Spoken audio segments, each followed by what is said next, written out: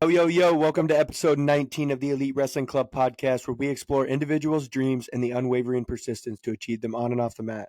Hi, I'm your host, Lance Runyon, and I'm thrilled to have you join us for another inspiring episode. In this episode, we will be going behind the scenes with Todd McGinnis, who is the head wrestling coach at Shenandoah High School. We will share personal stories and valuable insights, and we're excited to bring you a fascinating conversation that will inspire and motivate you to chase your dreams and achieve greatness both on and off the mat. So without further ado, let's welcome Todd McGinnis and dive into the Elite Wrestling Club podcast world. I just want to say I appreciate you taking your time to come on here. Just discussing your journey a little bit and your experiences and things you've taken away in this thing we called life. So no, thank you. I a little out of my comfort zone, but I think on this podcast I think it might have been Coach Schwab or somebody say it's good to get out of your comfort zone. So here I am. Yep. So we'll see what happens here. Yeah. I mean, I like it. Once you do it a few times, you kind of get used to it. So yeah, good. Hopefully, as we get going, it'll be a little more comfortable. But I just want to thank you too for your consistent support, of EWC and what we're trying to start and do, and then just also, inviting me and my brother down to do the camps the last couple of years. It's been a really good experience, and I think, we look forward to it. So good. And I honestly, when I was thinking about, what we were going to talk about, I definitely wanted, when this is over, for people to know what a great job you guys do at the camp, and of course with the t-shirts and all the stuff we ordered through your business. So at the end, that's definitely what I want people to know. That's how great you guys are at doing what you're doing. We appreciate it. I mean, I don't know if a lot of people know, but my family and your family all kind of grew up around the same area, Southwest Iowa. Yep. Shenandoah. My dad's from there. A lot of his family lives there. I know. Your family kind of background's there. And then when I grew up in Indianola, and all my neighbors were the McGinnises, Yep. So I think that's pretty cool. Yeah. So obviously you guys have had a lot of program growth in the last few years down there in Shenandoah, a young team and kids that are kind of buying into the program and really stepping up and taking things into their own hands and really putting the time in. It's definitely been showing. I read something that said, 4 years ago, you guys had low numbers. You only had one wrestler going to the John J. Harris tournament in Corning. And before that year, it had been a while since anyone from the team made it to the state championships, since 2018. And that was Kyle Owens, right? Yep. Yep. So you guys didn't have a wrestler win the Hawkeye 10 conference tournament since 2010. But last year was different. You guys showed your strength and at that tournament, that John Jay tournament, and you had someone win conference for the first time in 13 years. Yeah. Pretty special. And you guys also broke a 5-year dry spell by sending 3 young wrestlers to the state tournament. And, they're all back again this year. In correlation with you guys, you guys were there last summer too. So I think there's maybe a connection with that too. Well, I mean, that's kind of what I wanted to start with. I mean, just where you think, what changes you had to make, and kind of just talking through some different things you've tried. There's been a lot of trial and error. How do you get your numbers up? How do you get guys to really buy in? And yeah, it was difficult. Coming from, it's so up and down. Good years. It's a roller coaster. I always tell kids, just like life, it's a roller coaster. And you get these seasons where you lose some kids and to graduation or whatever, and all of a sudden, small school, you're trying to get the numbers up, and I got a lot of open weights, and And it's not easy. It's not. It's a tough sport. Where I try to, I teach at the middle school. I try to get over to that high school and pull kids out of class and just talk to them. And it's funny. It was frustrating sometimes. Not funny, but frustrating sometimes to go over there and I feel like I'm pulling wrestlers out of the class. Not kids that don't wrestle and talk them into it, but I'm talking to kids that grew up wrestling. And I'm trying to say, hey, how can we make this work? So that was really frustrating. Um, like every wrestling coach, I think we have high expectations, and sometimes that, I think kids knew who Coach Roberts and I were, and knew that we were going to work hard, and we had expectations, and sometimes maybe that, I hate to say, scared them away, but again, it's not always easy. So it was frustrating a little bit. Taking one kid to it's a tough place to be. Sometimes I'd come home, it might be a Friday night, or and I haven't admitted this to many people, but come home for I know I'm going to a tournament the next day, and I know who is at practice. I know it's not going to be very many. I know who's going to be at the tournament, and I'd come home and have to just go. And we live by the track, and I would have to go just get my mind straight. Just either walk or run, or because it was tough. It was tough to swallow some pride and know that it was going to be a long day, or that I didn't have the numbers that I wanted. So it was tough. It was tough to get through. Like I said, we never changed our expectations at all, but we definitely get into those expectations. We're taking a different route, than we are. Like you said, we have than we are the kids we have right now. It's a little different. So it was frustrating. It was difficult.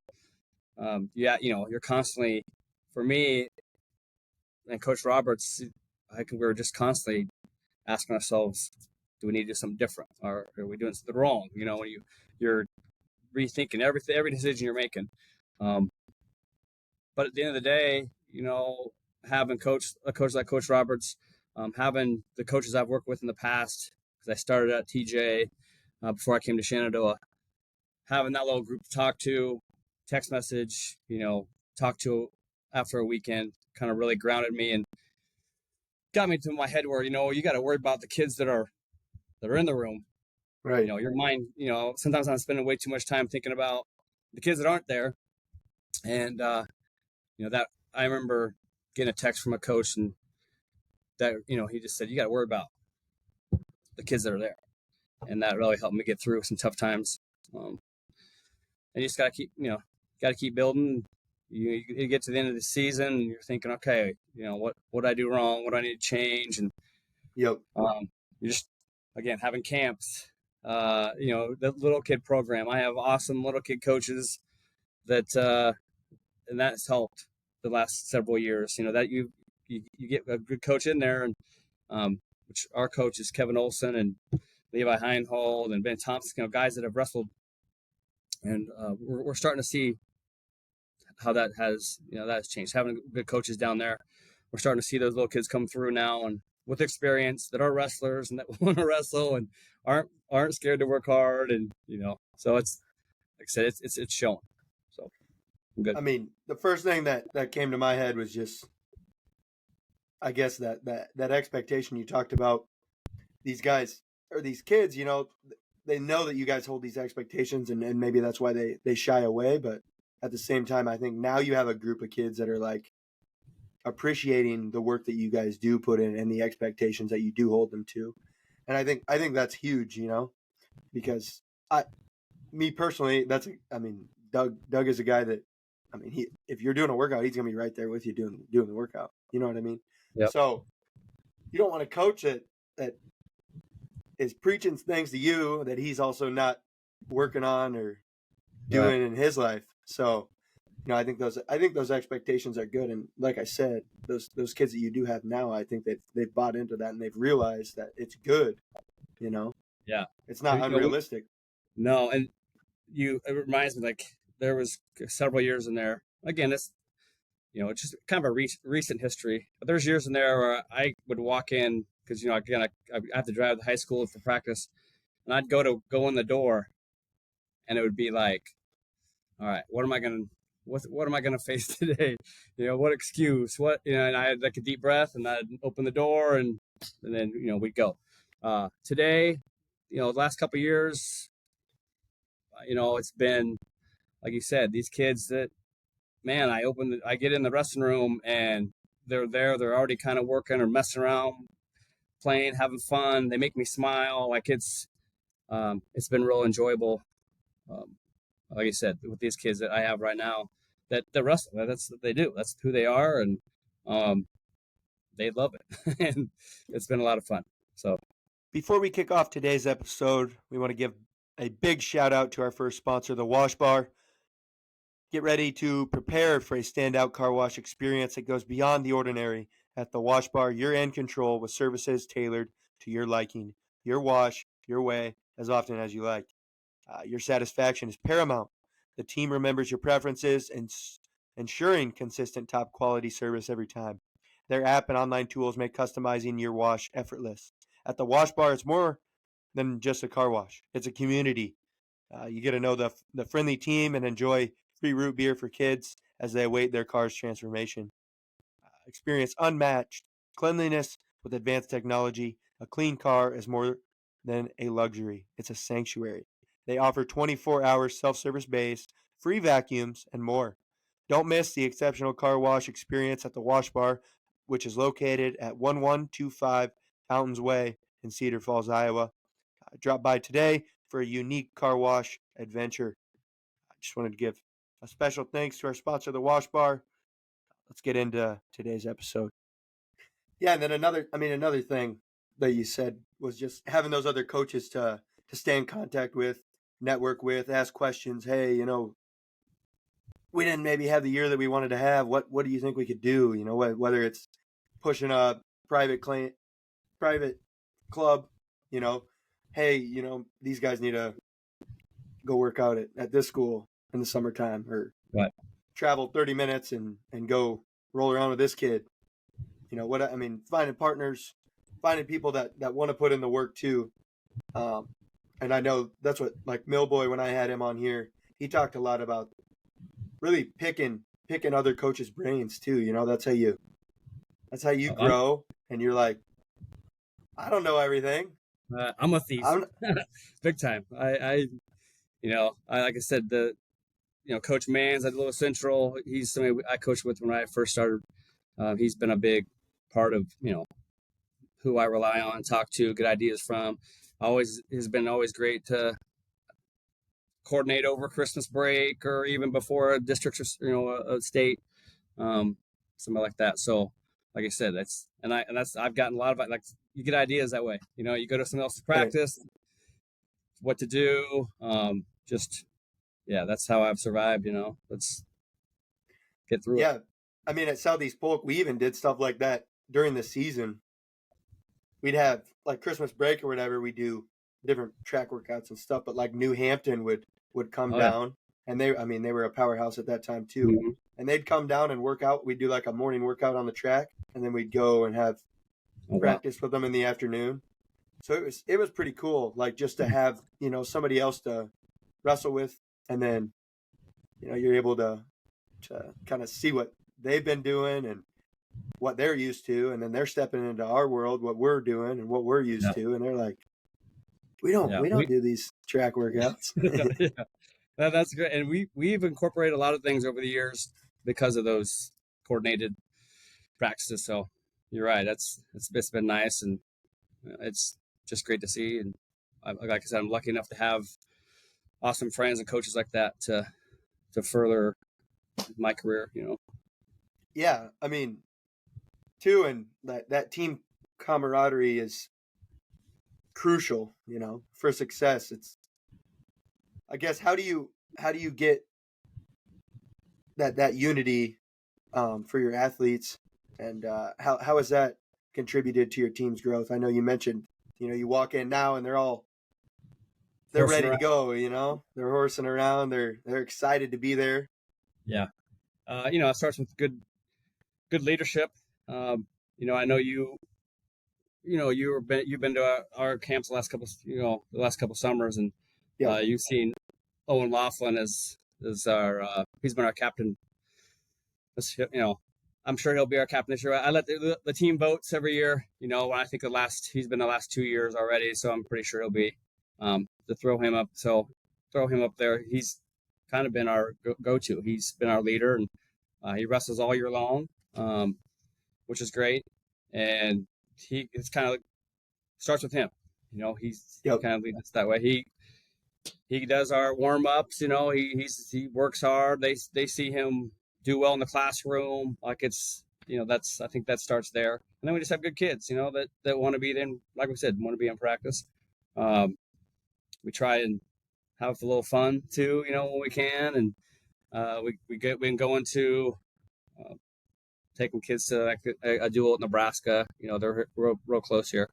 Yep. We have team meals, that kind of just, it's not always, it's about being together sometimes more than just always busting hard on them in practice or something like that. So, right. That's that shared suffering, You got to be able to, you grow that bond in the sport. And it's, I didn't realize, some of the things that you're talking about, I didn't realize you guys did that.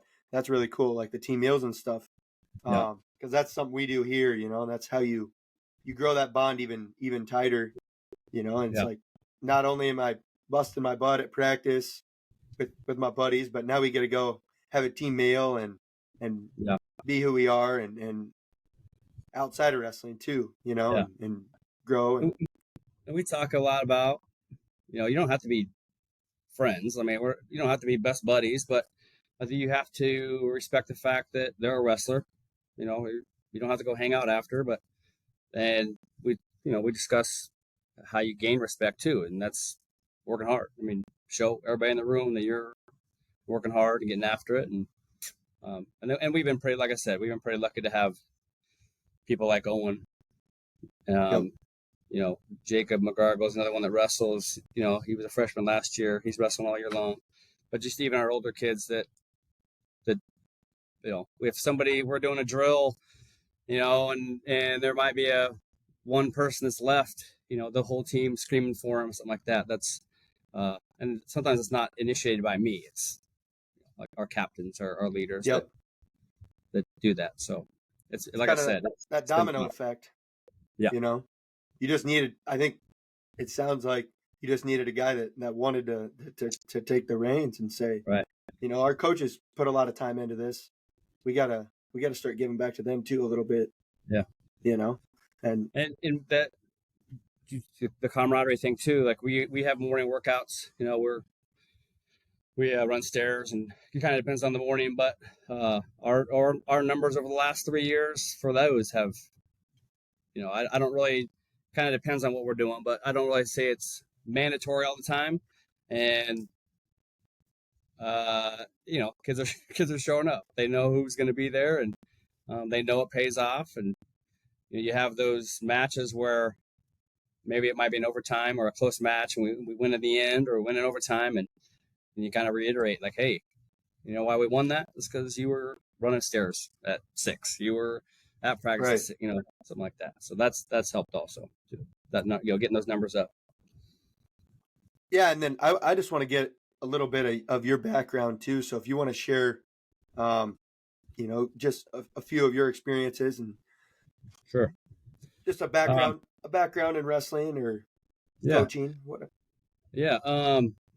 Yeah.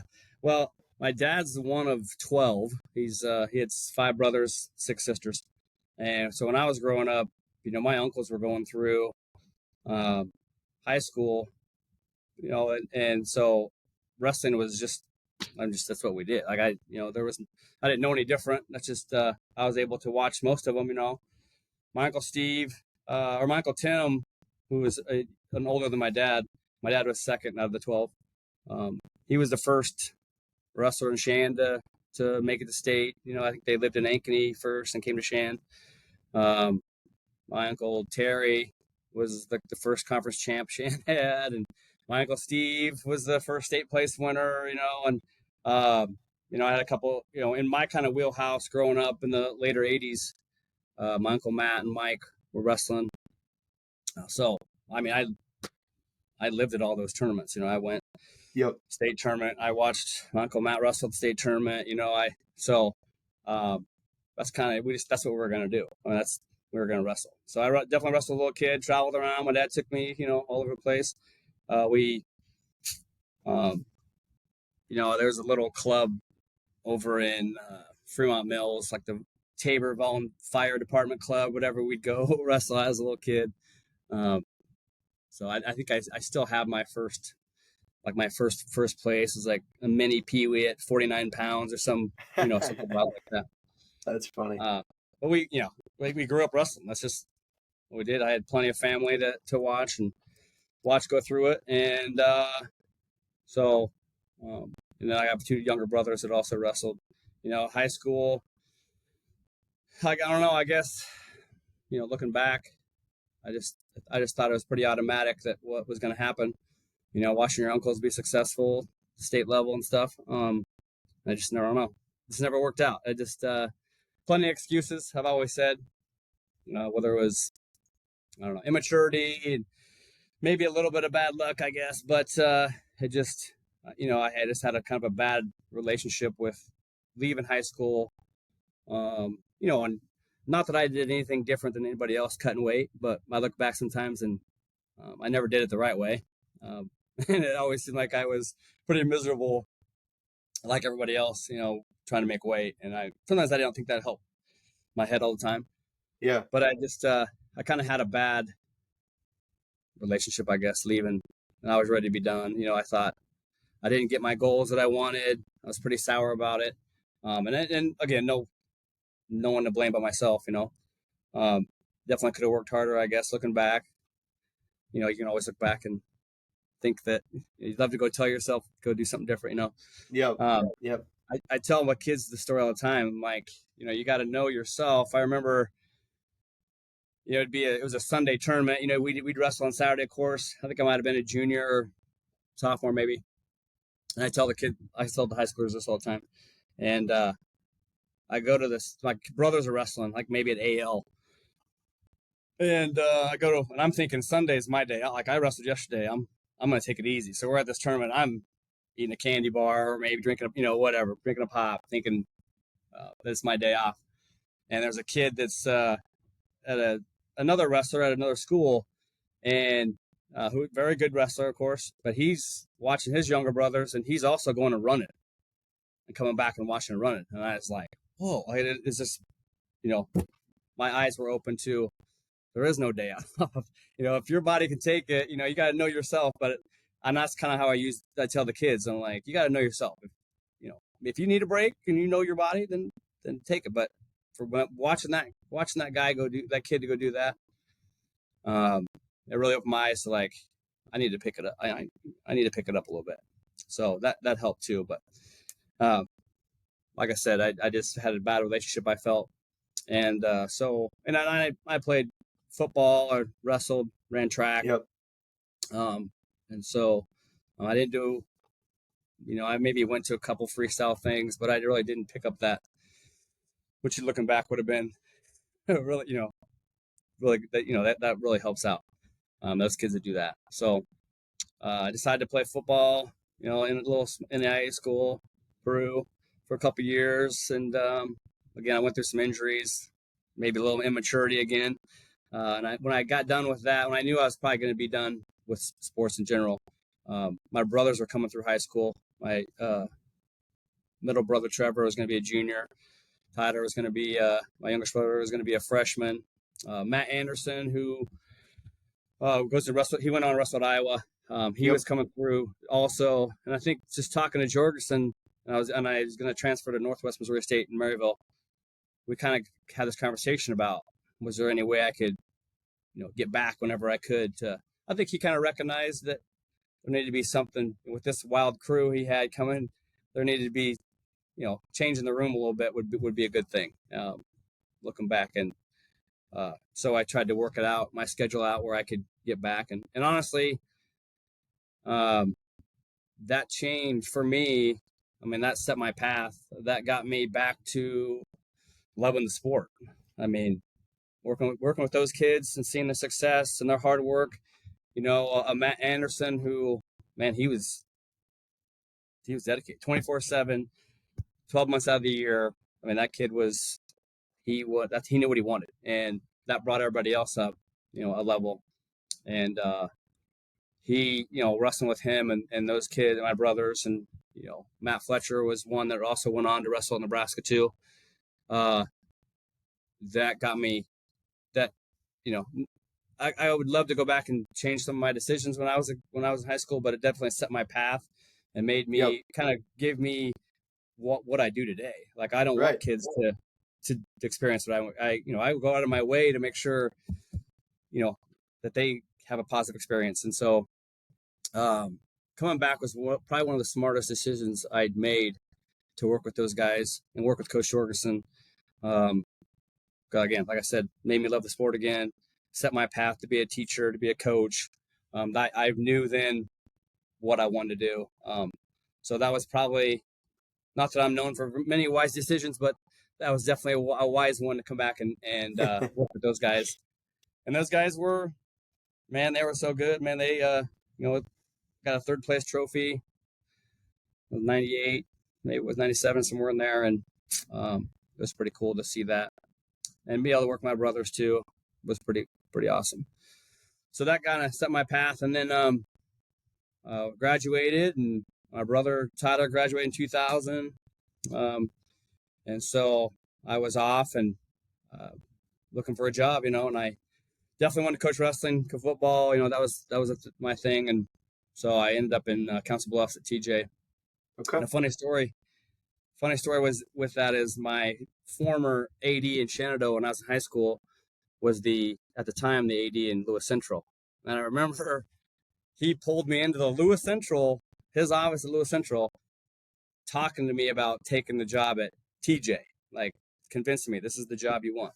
And one thing he said to me that day, he's like, you'll be successful because all you got to do is show the kids you care. And that's something that's always stuck with me. Show the kids you care, and that's, you'll be successful. And that's something I remember. And I always think it's pretty wild that here's this guy, he's sitting in a rival school, I guess, and he's trying to convince me to take a job in the other school. And I always thought that was pretty cool. And so I did take the job. I didn't take the head job, wrestling job that year, but I did do the assistant just because I thought maybe, I don't know, I was a little nervous about being the head guy, but after that year, I was pretty confident that I could take the reins and, again, show the kids I care. And I had a nice 5-6 years there. It was pretty awesome. It was great for my experience. Then I had an opportunity to come back to Shan. So we took it. My wife had an opportunity to come back to Shan. So I took that. And again, I spent a year as assistant to the head coach that was here. And then after that year as assistant, then I took over his head, and that was probably 06, 07. And I've been here ever since. But those years that I was assistant, I think, have played an important role too in the decisions I make, and just getting to know the kids on a different level, just not as the head person at all. So that was really good to me. And then we've been here ever since. Coach Roberts and I have been together for a long time. It's a long time now. And we pretty much know what we're going to say and do with each other, and try to run the program that way. And like I said, it's kind of been up and down, but it's been kind of fun. Part of it. Yep. Yeah, I mean, I really liked that, showing the kids you care. That was, I don't know. I always try to take something away from these conversations, and that's huge, especially, wanting to be a coach and wanting to give back to the sport, and that's kind of what you talked about is what ignited that love back into the sport, is serving, giving back to something that you were so probably bitter about at the moment, but you're like, yeah, but my brothers are there, that they need my help. And it's funny. We have a couple younger coaches come in the last couple of years, another Coach Roberts and a Coach Stats, and they're I'm getting close to 50. They're young kids, and to I think I kind of recognized maybe what Jorgensen was talking about when he asked me to come in. Like, the energy these young guys bring, their relationships. I mean, I love to see the interaction between the younger coaches and the kids I have now. Like, just Yep. that makes me a lot, real proud. And it helps. Like, I just think it helps overall with our success. Not even the win and loss, just the overall program being a positive. Yeah, I think it's just they can relate, whatever they see that a guy's still in college, maybe helping or went to the same high school or Right. So It's been fun having those guys around. yeah, I mean, what kind of was there something specific that inspired you to want to be a coach, teacher? Yeah, well, I think, of course, I grew up with some, not in the moment that I knew maybe, but definitely when I was making my life decisions on what I was doing, looking back, I had some excellent male teachers, role models. Mr. Cox was a language arts teacher for junior high. He was a junior high wrestling coach. Then he was also a language arts teacher in high school. And I teach language arts now. He had a major impact. And when I was trying to decide, he played a role in that. My wrestling coach, Ken Jorgensen, was a middle school math teacher. Yeah, and then of course him letting me come in and coach too. I learned a lot from him. And he was somebody I look up to today. Yeah. And sometimes even if I have a problem, he might be somebody I talk to or I get a hold of just to see, get his opinion or something. So I had some really good role models there. Like I said, maybe I didn't know it in the moment, but definitely looking back, it's something I cherished, I guess. And then even in high school, some really good coaches, these coaches that have been, they seemed old to me at the time. They're probably how old I am right now. But, Coach Ratliff was our football coach. He'd been there a long time. And I hate to even start naming names because I don't forget somebody. But Coach Graves was our track coach, and he was so. The part I respect about him right now is that he was so, he never had to yell. He never had to. He would just say something, and it made you think, and be like, "Yeah, that's right." He just was kind of a little low, timid there, but he got his point across. He was, and that's something I look back on. So I had some excellent, growing up, I had some excellent coaches, teachers, and that I suppose that's when I came down to what I'm going to do. That all kind of came together, and maybe be who I am today, and I'm pretty proud of that. So it helps. You want to talk a little bit about your coaching philosophy? Sure. Yeah, even part of my parent program, when I meet with the parents every year, I have a little excerpt that I put up there.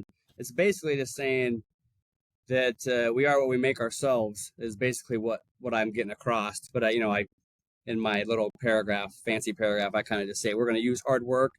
We're going to use fun. We're going to use it all to reach our goals, to reach our expectations. And when it's all said and done, then really, if your hand gets raised, if it doesn't get raised, we're still going to stay on our path.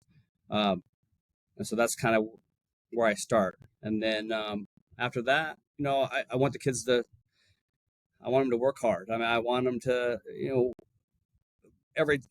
but they get probably sick of me saying it, but every time I'm like, I want you to focus on representing yourself well. You represent, the coaches, the school, the team, and you, most importantly, and everything else take care of itself. If you go out there, wrestle hard, represent yourself well, those wins and losses, those WLs will take care of themselves. And I'm not concerned about the W. Like I want you just to wrestle hard, be competitive. And so that's kind of where, and we have different, we've kind of lived with We used to write this on we had to have this on our shirt for a while, that we are what we make ourselves. We had that on our shirt for a while, but we've Like really, that. a little mantra for several years now, and I've just kind of kept it because, again, we've talked about, we're starting to see success, Yep. is that you only deserve, the Tom Brands, I think his quote, you only deserve what you earn. Yeah, And you get what you earn. yeah, and I like it because, unfortunately, every coach has those kids that, man, you love. They work their rear ends off, and I would give my left arm for this kid to reach his goal, and it just doesn't work out. I mean, I lived it. So I say that quite a bit. Like, man, I want you to be successful, but in wrestling, you still have to step in the circle.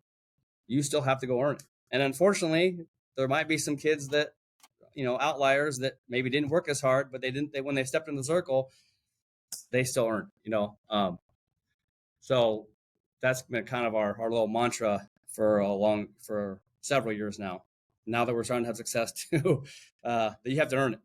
Morning Right. workouts, nutrition, school work. I mean, it's got to be the whole thing if you want to be successful. So that's kind of where our philosophy lies, is that I'm not going to sit here and tell you that winning is not important. And I tell the kids that, I'd be lying, Right. but I want you to, I know we're not all going to be wrestlers when we leave here. I want you to be successful. And I think wrestling, out of many sports, man, it's like life, because, you show up on a Saturday to a tournament, and it might be 4 studs in your bracket. And then the next Saturday, there's, you might be the top guy, just like life. It's one day is going to be good. It's going to be a hard day. And you got to get back up. You might have a bad practice. You might have a bad duel.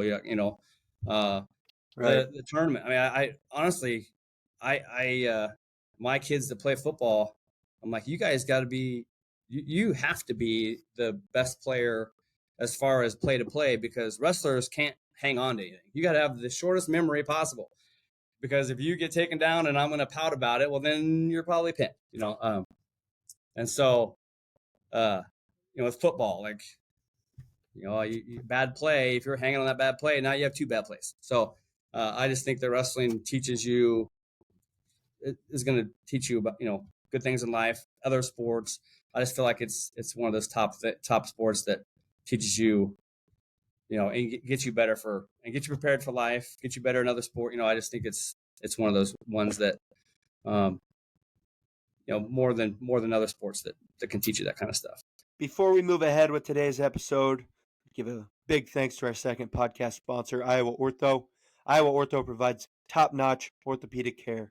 Expert teams tackle sports injuries, arthritis, and more for enhanced comfort and quality of life. They have 9 convenient locations across central Iowa. Booking is easy. You can either visit www.iowaortho.com or call 515-247-8400.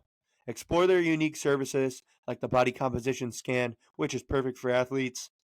It assesses body fat, muscle content, and bone distribution, which all will be beneficial when it comes to your training. And they run it at a cost of $40. So choose Iowa Ortho for quality care and convenience. Visit their website or call for an appointment and experience exceptional care firsthand. So a big thanks to Iowa Ortho for your support. Now let's get back to the episode. Yeah, So I that's, agree. yeah. I agree, and it's like it's kind of hard to put it all together and realize those things sometimes in the moment. Like, I mean, I had somebody telling me like a couple weeks ago, you know, life is no different than these hard workouts that you go do. You know what I mean? Whether it's a hard conversation, whether it's you got to make a choice between, I don't know, you just got to make a decision, and you go into a hard workout. You might not know what the workout is, but guess what? You do it anyways, right? Okay. Your coach Get tells through you to do it, you're going to do it. it. So, yeah, I mean, and I didn't even, I've never really thought of it in that sense of like, oh, like going to that practice today helped prepared me to make a decision in my life, or, have a hard conversation, or, whatever Yeah. it is. Yeah. And it's pretty cool. Like if you can get kids to kind of realize that in high school, like Yeah. this is setting you up. And I've always heard it, but I never had like a example given to me of, dude, this is what you're going through right now is what's different right now than when you went to practice yesterday and coach said, hey, hop on the bike. We got a bike match, 7 minutes. Yeah. What are you going to say? No, coach, I don't feel like it today. No. Yeah. So I just think we have an advantage. I think it's a tough, if it was easy, it would probably be a lot more people wrestling, it's tough. right. And I just the what you can learn about life and getting back up and, like I said, short memories. And we talk about all the time, stand on the podium on the weekends, like you're probably you're going to have to recover. You're going to have to, get beat and shake it off and be ready for, the next, and they probably, like, team probably hates it, but I bring up my brother a little bit too. I mean, I'm definitely proud that he was a state champ. It was really cool. But I probably talk a little more about the times that he got third because, his sophomore year, he was a freshman, was in the finals, and he comes back a sophomore year and gets upset. And he could have beat, and you see kids do it all the time. Oh, I thought I was going to be a state champ. I'm out. Like I'm cashing Yep. out. Like, Yep. and he comes back and gets third. And I thought, man, that's some mental toughness, this junior year, same thing. He has all these aspirations. He's going to win it. This is it. He's going to win it this year. And, has a tough match and gets beat. Definitely could have cashed out, ends up getting third, comes back getting third. Again, I think that's some mental toughness that I bring up to the kids. Like that's, Yep. you got to deal. You got to be able to get it over with. It's over. You get knocked down in life. Shake it off. Get Short back up. memory. Yeah, boom. Get going again. And we teach. You asked about the philosophy. We try to teach kids character. And I think I picked this up in Council Bluffs. The football coach was actually having a character class. Like he had a book, and the kids sat in there and they read. Taught him character, and it really taught him some character stuff. And it really stuck with me because I thought, I can't scream at this kid to sacrifice or to be mentally tough or to, have grit. And right. These kids are going, what's sacrifice? Like, so Coach Robertson and I do we kind of teach it, if we want them to sacrifice, and that's kind of been we kind of pick a couple words each year. And we teach it. I have quotes, I give them quotes, and we have it on the board, and just, what is sacrifice? What's the definition? And then we try to give examples, getting up at 6 a.m. You could be sleeping, so we try to teach them the character words and what they mean, what those examples of, and there's plenty of famous people that have quotes, Mm-hmm.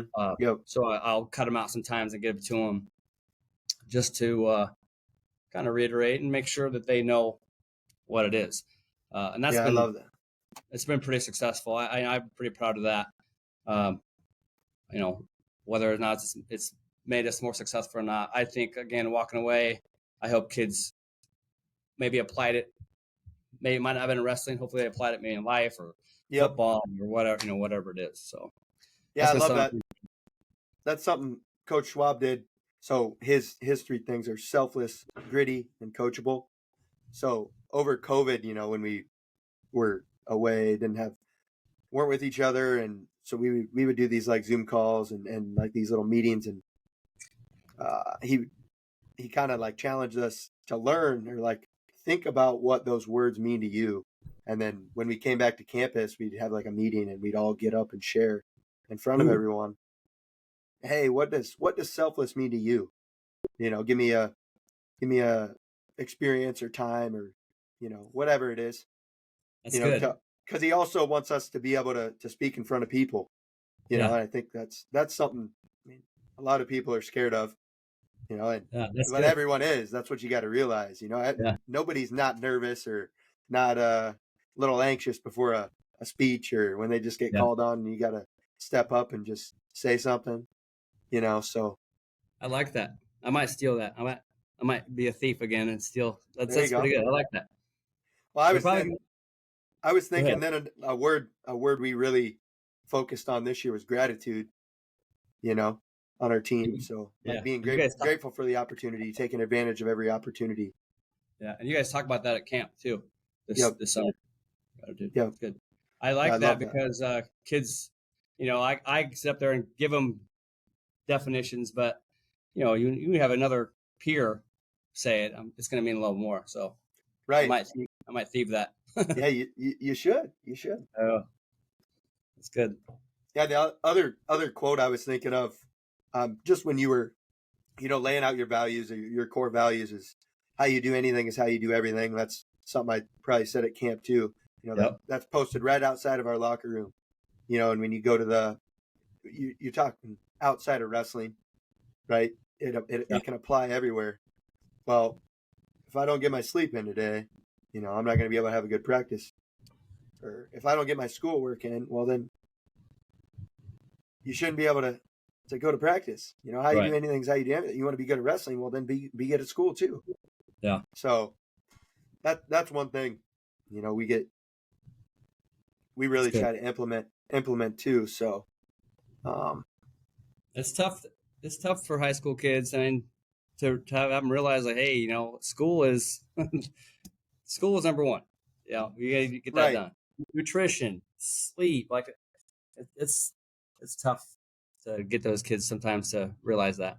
Yeah, that was kind of the next thing for me was just, balancing those demands, because wrestling obviously demands a lot of discipline and dedication, a lot of time, and you might not always get out what you put into it.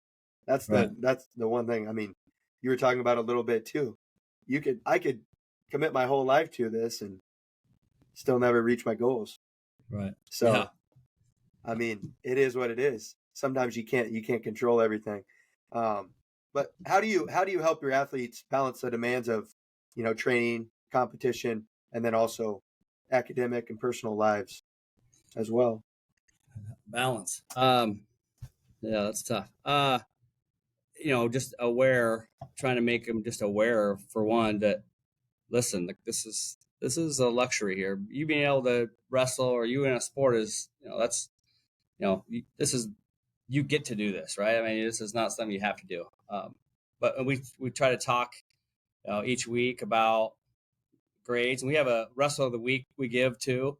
Okay. And the very first stipulation on there is that you did a really good job in class. Like if I get a email about behavior or something, like you're definitely not, or grades, we have a grade check, and that's unfortunately kept many kids off of getting a award. So to having them be aware of this is what you have to do, right? And this is why we're here. And then just trying to be there for them. Like Coach Roberts is kind of a science guy, and I'm a language arts guy, and we offer constant. There's not very many times where they've taken us up on it, but like, we will help you. I'll help you after practice. I mean, there was a time where when I was in high school, I had a math class, and I went to Coach Jorgensen's room after practice because I was struggling with junior, whatever math we were doing. But we try to offer our help there. Just trying to be there for the kid. Just know that, hey, we know you're going through, a tough time or something. Just try to make it aware, and then just kind of keep them. We have when we fill out our goals, we have they got to write down a couple people that they want to keep track of. They're I'll call them escapes me now. They're buddies that, and so I'm always Accountability trying kind to of thing. accountability buddy. Yeah, just accountability buddy maybe is what we call it. And when I'm constantly when practice end or before practice, I'm constantly, hey, make sure you're saying something to your buddy. Make sure you're checking on, So that has helped a little bit too. Just making sure that we're supporting each other, and it's kind of interesting to see a lot of times I get a kick out of who people write down. Sometimes Mm-hmm. that's cool. I always see what who they're. It's not always the same person either, which has always been nice. But just trying to make them aware that we're there for them, and it's not easy. Sometimes you have kids that it's they're pretty thick. You gotta Yep. You got get to on break them. some barriers. Yep. Yeah, I mean, but then that goes back to that quote you said earlier about showing them you care, So Yeah. that's a Yes. lot that goes into it. And I mean, another big aspect of wrestling is the mental training, So I didn't know if you guys had an approach to that mental training. If you guys do any kind of resilience building, if you you know I tell you what. have anything you do, but Right. No, and that's something. If I could, that's something I've struggled with really. I know how important it is too, I've realized how important that is. And that's kind of where maybe I like to teach those character words a little bit. yep, Maybe that mentally, but we're trying to talk about. Jordan Burroughs has a quote on that. You know what? He gets nervous before he walks right, onto a mat. And Coach Roberts is really good at bringing stuff up like that.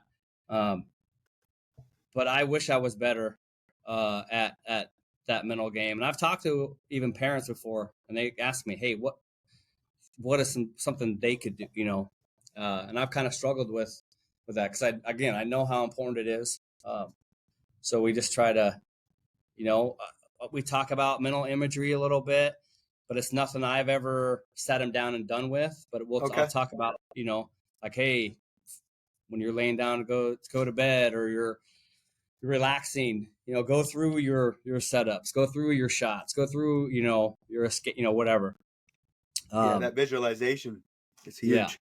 but I'm not good at it, unfortunately, and something I need to get better at, because I do know how important it is. So Yeah, one thing I did in high school, and we even do it here, is like, Doug will be like, "All right, get warmed up for a match," and all of a sudden we'll be like, "We're thinking we're going live," and he'll just be like, "Lay down, shut your eyes, visualize a match." And I know, my roommate Parker, pretty successful guy yeah, as well. I mean, that's something he started doing every day after practice.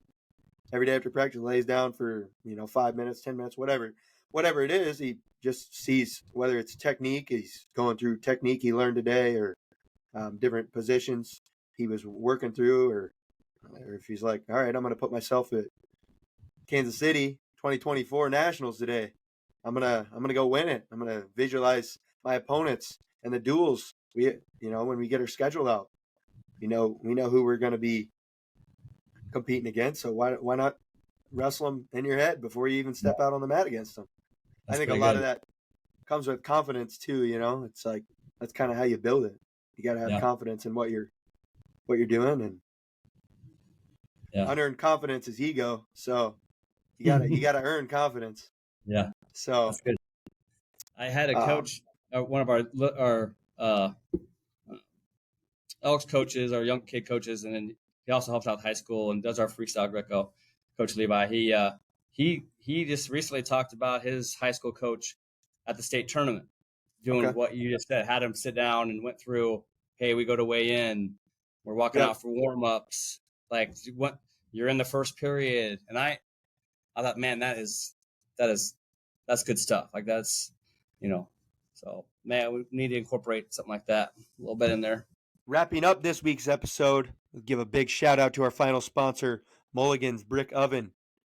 Enjoy a delightful dining experience filled with incredible flavors. Mulligan's offers inventive dishes with a focus on brick oven pizza and progressive pub fare. Their menu caters to classics and creative creations.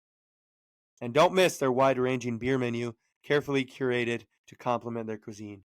They're open from 11 a.m. to 11 p.m., Sundays through Wednesdays, and until midnight, Thursdays through Saturdays.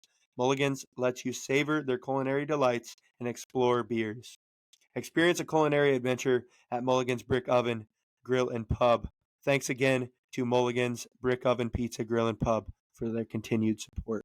I even started doing it when we do like our bike matches because it helped me get through the bike match. I'm not focusing on how hard I'm going or breathing. I'm trying to picture it in my head while I'm on the bike. But yeah, I mean, so I'm not sure if you saw our post. Welcome to the club. I can't drop a little news on it yet, but we got something in the works. It's going to be an opportunity for kids, and we're looking forward to it. I can shoot you some more info on that. I listened to your the last one about your conference. Sounded like it was really good. So yeah, and you it was guys awesome. saying there, yeah, you're saying in that one that you had some news. So yep. So yeah, we got some pretty cool ideas coming, and we'll announce that here pretty soon. I wanted to mention too. I said, at camp, what a great job you guys do, and the two things that in the moment I was extremely proud of. Like I thought it was top notch. Like the being able to bring up your guys' matches on the TV, and we're having this group of kids, and I took a picture of it too. Group of kids watch you guys, you and your brother, wrestle a Division I match, and seeing the move work. This is what we're doing, and seeing it in a live match, and then being able to come back to the mat and you guys break it down. I'm like, man, that doesn't get much better than that. I mean, it was awesome. It really was. And then, that was cool. I've never done that before, but I was like, man, I need to start bringing something for camps or practices, whatever I do, so I can do that, because I think that's sometimes a part of it. They're like, well, how does that work? You know what I mean? This isn't going to work. I'm not going to be in this position. It was good. I seeing those kids and watching them look at the match and watching you on the screen or your brother on the screen, and then again you guys breaking it down segment by segment, I thought was high. That was high quality there. That was a good thing to do. And then of course you guys show excellent technique, but hearing you guys talk about life and the gratitude part, being a good teammate, a good student, a good brother, son, hearing just being able to listen to you guys talk about, wrestling's not everything. You guys are people too. That part, you guys done that for both summers that you've been here. That's quality. I've been to a lot of camps where, that doesn't always happen. It's more about technique and everything. But ours is a little more informal, and you're able to talk, and the kids ask good questions. And I'm this year I was really, really proud of what you guys were saying in that moment. Those guys got to enjoy you guys for that little talk. We appreciate that. That's one thing I kind of used to be scared of, shy away from, but I noticed, and I look forward to it now. I'm like, man, I can't wait to just say something before, try to motivate these guys and let them know that, we're just people too. And we've had plenty of experiences. It's been a long journey. Whatever you're going through, other people, it's good to know that you're not alone in those situations. And, that's why I really like the questions. And I do notice that when we do that, the kids grow a little bit from it. They're like, and your kids specifically ask some pretty good questions, and I appreciate that too. They actually put some thought behind it, not just what's your toughest match. Favorite. Somebody asked your favorite class or your, which is good. Your major, and I like when they put you guys in, in life other than wrestling too. So it's good. Yeah. I guess just looking ahead to next season, what are your goals for the team? Last year you were the KMA Land Coach of the Year. Pretty cool accomplishment. So I didn't know if you had some goals for the team, or a plan on how you want to sustain and even reach some new heights this coming year. Yeah, we have to bring everybody back for one. So I'm pretty proud of that. I sent our football team played a little, back in my day, the old days, you had a scrimmage. It was an inter squad scrimmage. We called them maroon and white or black and white, whatever. Now you go scrimmage, another team. So they went to Mount Air and scrimmage the other night, but I sent a little text out to the wrestlers that play football. There was, 8 or 9 guys on there, and I was probably proud of that too. Just tell them good luck. So it's really good to see those guys, being out of football. That majority of the wrestlers are, that are on the football team getting prepared for that. So I was pretty proud when I sent that message that there was somebody on there. Yeah, I know it's only August here, but it's gonna be good. We always sit down and have of course individual goals, but we always sit down and have Coach Roberts and I and maybe even a captain will talk about what we want to accomplish for the season. And we always, I have the general ones of we want everybody to make it the whole season. We don't want anybody to have to quit. We don't want anybody to have to sit out for grades. We don't, we have those stipulations. We want everybody to stand on the podium, things like that. So those are pretty general that will continue. But then we have, we always keep track of, our dual wins. So we always want to beat that. We always keep track of our conference wins, which, Hawkeye 10, especially for Shenandoah, for us, when we haven't been able to cover all 14 weight classes. It's kind of tough to, especially in the Hawkeye 10, to be successful. But we definitely had some wins this year, so that goal will definitely go up. We keep track of our weekends, so if we placed,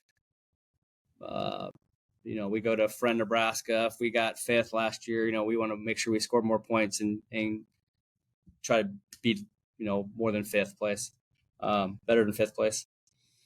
And then of course, we had 3. We had a conference champ, which we had, like you said, we hadn't had in a long time. We hadn't had for a while.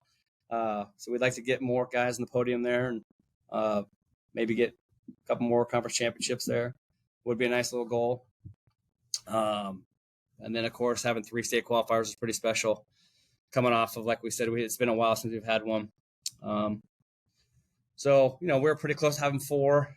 So if we can get that number up, that would be pretty good. And like I said, I hate to put it like it's all on, our success is all on wins and losses, whatever. But we'll focus on working hard and meeting expectations, and then those goals kind of take care of themselves for sure. But then Owen and Jacob they wrestle all year long. They both wrestle at Fargo, and they wrestled 3 times. I mean, I think they maybe had the month of August off, maybe this month, but otherwise they're spending 3-4 days a week. They're wrestling all year long, so they'll be ready to go right off the bat. But it'll be fun once we get there. And I'm gonna, again, I'm gonna cherish those. I've been through enough rough years where I'm getting older in my years, so I'm gonna really cherish, like I said, walking in that wrestling room and seeing those kids that make me smile and know that they're in there to be successful. So, right. It should be good. Yeah, it's been really cool to, see you guys have some success and continue to build the program, and then guys like Jacob and Owen wrestling at Fargo. I'd always been a Shenandoah fan. My dad went to high school there, so I'm always following, and it's definitely cool to see. So if there's anything I can ever help with, just let me know. Like I said, we had you guys last summer and this summer, and that's kind of when it kind of turned. So we give some of that credit to you guys too, because you guys do such a good job. Yeah, we appreciate it. I mean, lastly, is there a particular message or lesson you'd like to share with young wrestlers who might be listening to this podcast? You got any words of wisdom for them? Words of wisdom, huh? You put me on the spot. Like I said, it'd be awesome if we always were able to reach our goals. It would be awesome to, but that doesn't always work out. I said, wrestling's a good example for life. You just got a short memory, and keep working hard. And I always tell the kids it's like a roller coaster. Those guys who like roller coasters, you got to get through that. You got to get through that low spot to get to the fun. The height, the hill there. So just got to keep working, and we'll keep working towards those goals. So Yep. You I don't don't know if get that's dropped gonna. off at the top of the mountain, right? Yeah. Step Yep. by step, step by step. Um, yeah, usually I just wrap up with some rapid fire questions, just Gotcha. some favorites. Okay. Um, I was also going to ask if there's any books you have that you'd recommend for people to Well, to read. I am a language arts teacher, so I actually this summer I tried not to. I try to usually do like a little. I'll read a like a book that maybe my kids in class would read, young adult lit book, whatever, and then I'll go to an adult book, uh, just try to go back and forth, But this summer I've been a pretty bad language arts teacher. I've been stuck on Jack Carr, who is a Navy SEAL. He's an author. James Reese is his main character, and I don't know. I'm like on the fourth book right now, after my third one last week I finished. I'm like, I'm not starting the fourth one. I'm not. And then I find myself, I'm at the library, I grab it. I'm like, oh, that's right. Anyway, I've been reading a lot of him, but I've read, there's a book called Grit by Angela Duckworth.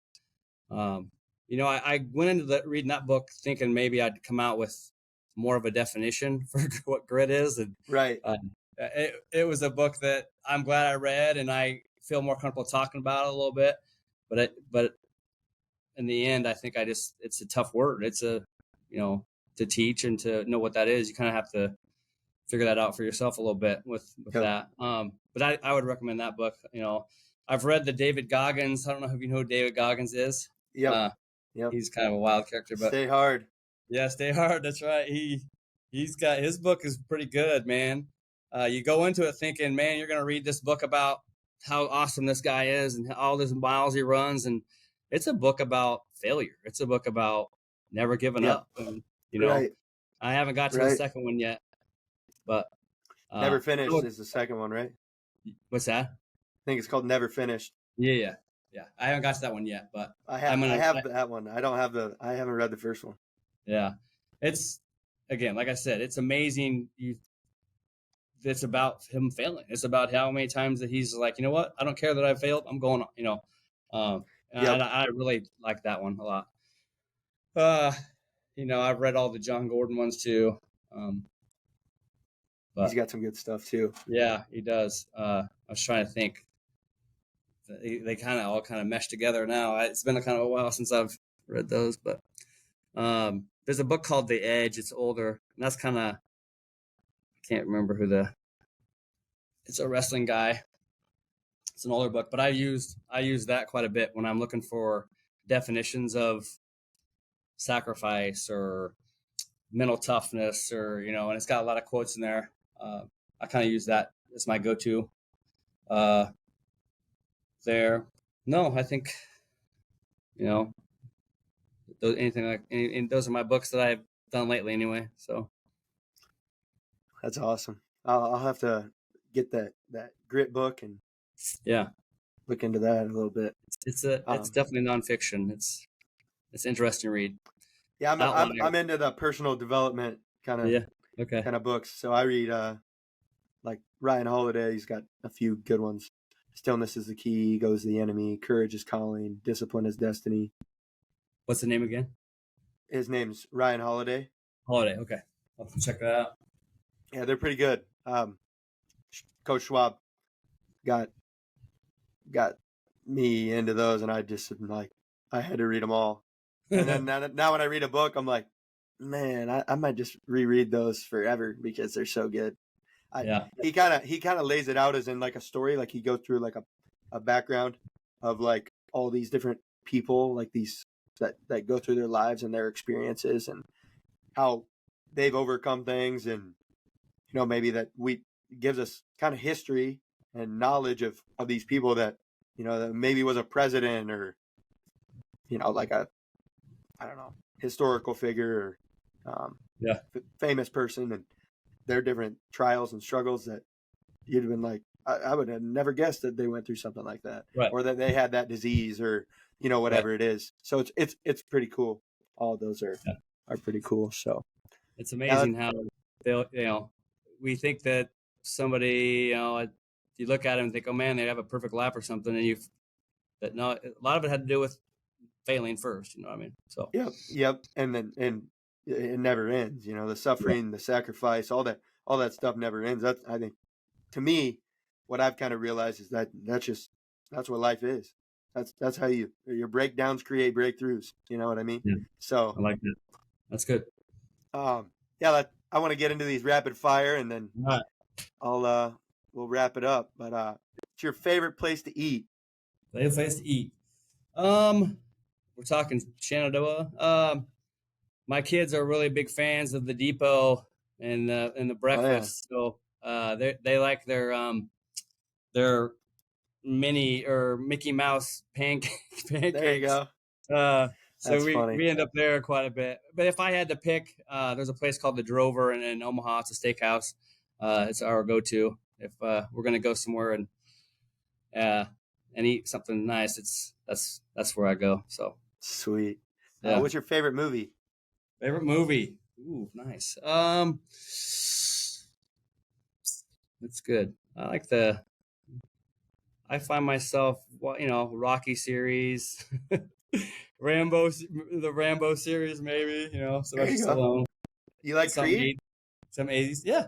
Yeah. I actually just watched the last one. I just happened to watch that not too long ago this summer. So, yeah. 1 and 2 are better. What's that? The Creed 1 and 2 are better. But yeah, for sure. Yep. What's your favorite sports team? Sports team. I'm a Husker fan for go Big Red. That's right. GBR. It was pretty easy to be a Husker fan in my day. My grandpa and my dad would take me to games and stuff. I never knew they lost. When I was growing up, it's right. We talk about it quite a bit. It's a little harder for our kid where our kids are forced on them and they're asking like why. Yeah. So we're trying to take them to more games, just to get them involved. Hopefully we're on our way up. I'm also a Raider fan in the NFL, so it's kind of rough around here. A lot of Chief fans around here. I don't even know why I'm a Raider fan. People ask me all the time, and I think I don't know. When I was a little kid, I liked the shield or something. I don't know, but I cheer for the Raiders. So, who's your favorite athlete? Favorite athlete? Boy, good question. Growing up, I was a big Bo Jackson fan. He had a book I read, and I followed him. Of course, and he ended up being a Raider too, so which was nice. Lately, not that I never knew who Kobe Bryant was, I guess, but I don't know if what algorithm I'm on, but I've come across a lot of Kobe Bryant stuff lately, and I shouldn't say lately, but the last couple years, and I find him intriguing. And I know he's a basketball guy, and they're like, "Oh, you're a wrestling guy," but because I've brought a couple of his quotes to practice, man, say what, as far as hard work, and he's got this little spiel about waking up early and why, and how many practices, and how far ahead you are of somebody else because you got up and were able to practice. It was, it was eye opening to me. So I've paid attention to his quotes and stuff lately. But otherwise, I don't know. He's got some good stuff. Doug really likes his stuff too, and Michael Jordan stuff too, and Tom Brady, and that sustained success. They've been able to be good for so long. It's like, how do you do it? A guy like Jordan Burroughs. He's easy to follow too. He does a lot of good stuff. His quotes and things he writes are pretty enlightening too. He's a pretty smart guy. Pretty genuine. Last one. Favorite home cooked meal. Favorite home cooked meal. My grandma is 99 years old, And on Fridays, I go to, she cooks me lunch. And the last couple of years, my daughter's been able to go with me too during the school year. And then, of course, my grandma loves when I take, I have 3 girls, and we all go on in summer. But she is well known for her noodles, her beef and noodles and mashed potatoes. And, Yum. that's, so when I show up for lunch and that's on the table, I know it's going to be a good day.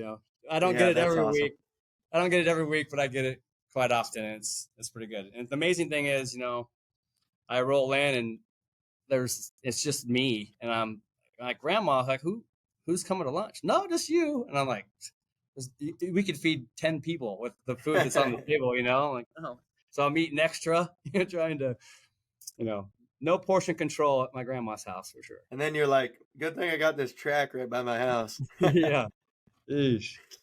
So, Well, it's been good talking with you, and I appreciate you taking your time to come on here and share a yeah. little bit about you and your experiences, and it's awesome. So Well, I'll tell you what, I recommend all the time, man. If you need t-shirts, you need anything, you guys are who to talk to. So, EWC, we're really happy with everything we've done. So appreciate it. that. Yeah, Yeah. so thank you for listening to the Elite Wrestling Club podcast. We hope you found today's episode valuable and enjoyed our exploration of Todd McGinnis. To stay connected with us, hit the subscribe button to never miss an episode.